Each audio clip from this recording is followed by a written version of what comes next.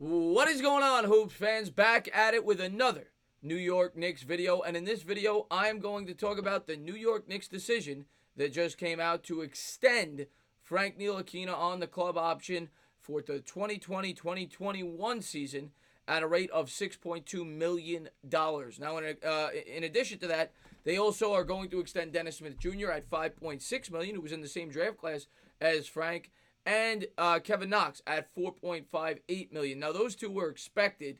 Frank Ntilikina was kind of up in the air. Of course, Ntilikina was not drafted by this regime, right? Dennis Smith Jr. was acquired by this regime. Ntilikina was a Phil Jackson guy and a guy that was mainly drafted, in my opinion, because of his ability to play in the triangle offense, something that the New York Knicks no longer possess.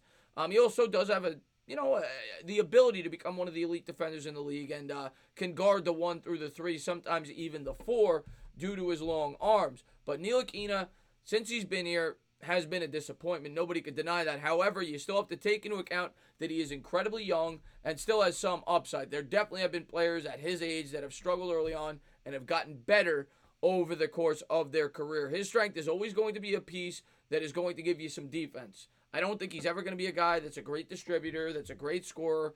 Over his first 2 years in the NBA, last year he got worse. His first year he averaged 5.9 points. Last year he averaged 5.7. His assists were down. His field goal percentage was down. His three-point percentage was down. Everything was down last year, and he only played in 43 games, in which he started 16, averaging 21 minutes a game. Now, a lot of people, their complaints were about Frank last year on the Knicks, and a lot of players on this team were that they didn't get any consistency because they were playing different roles. Fizdale was mixing and matching too much with the lineups, and the team did not progress because of it. Namely, Ntilikina, Kevin Knox, Mitchell Robinson, the young players were not getting sturdy minutes because they were kind of experimenting with all the guys they brought in, and Noah Vonleh, a Mario Hezonja, guys like that, and they never really had established roles. And I see the same problem this year for this Knicks team and for Frank Ntilikina. Now, the Knicks may have kept him hoping that maybe he can progress, and he certainly can. He could definitely get better. He can't get much worse. He shot 33.7% from the field last year. That's probably the worst field goal percentage in the sport, if I had to guess. Can't imagine much worse than that. So he can only get better, and hopefully he does. The upside is certainly there. He could become a solid player. A lot of people like to say he could be a Marcus Smart type player. Marcus Smart has really developed into a pretty good offensive player as well. As one of being, he's also one of the most pesky defenders in the league. But I don't know if I see that, but he still is only 21 years old, and I don't see the harm in the New York Knicks extending him at $6.2 million.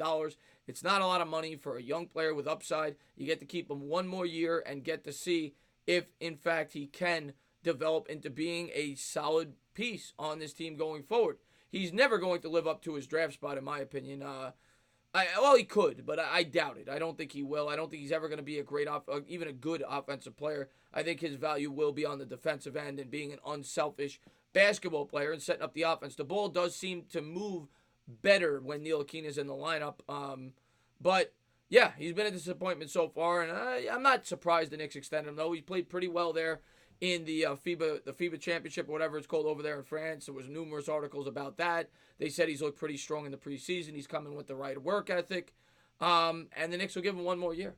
So he'll be here for 2 more years, this year and next year, and we'll see where it goes from there. Of course, the Knicks could always elect to trade him, but I really see a problem, not just for Frank, but this team in general, distributing the minutes. It's going to be very interesting to see what David Fizdale does this year. We're just going to have to wait and see how it all plays out. As always, if you liked what you watched, please subscribe, drop a comment, maybe give me a little thumbs up.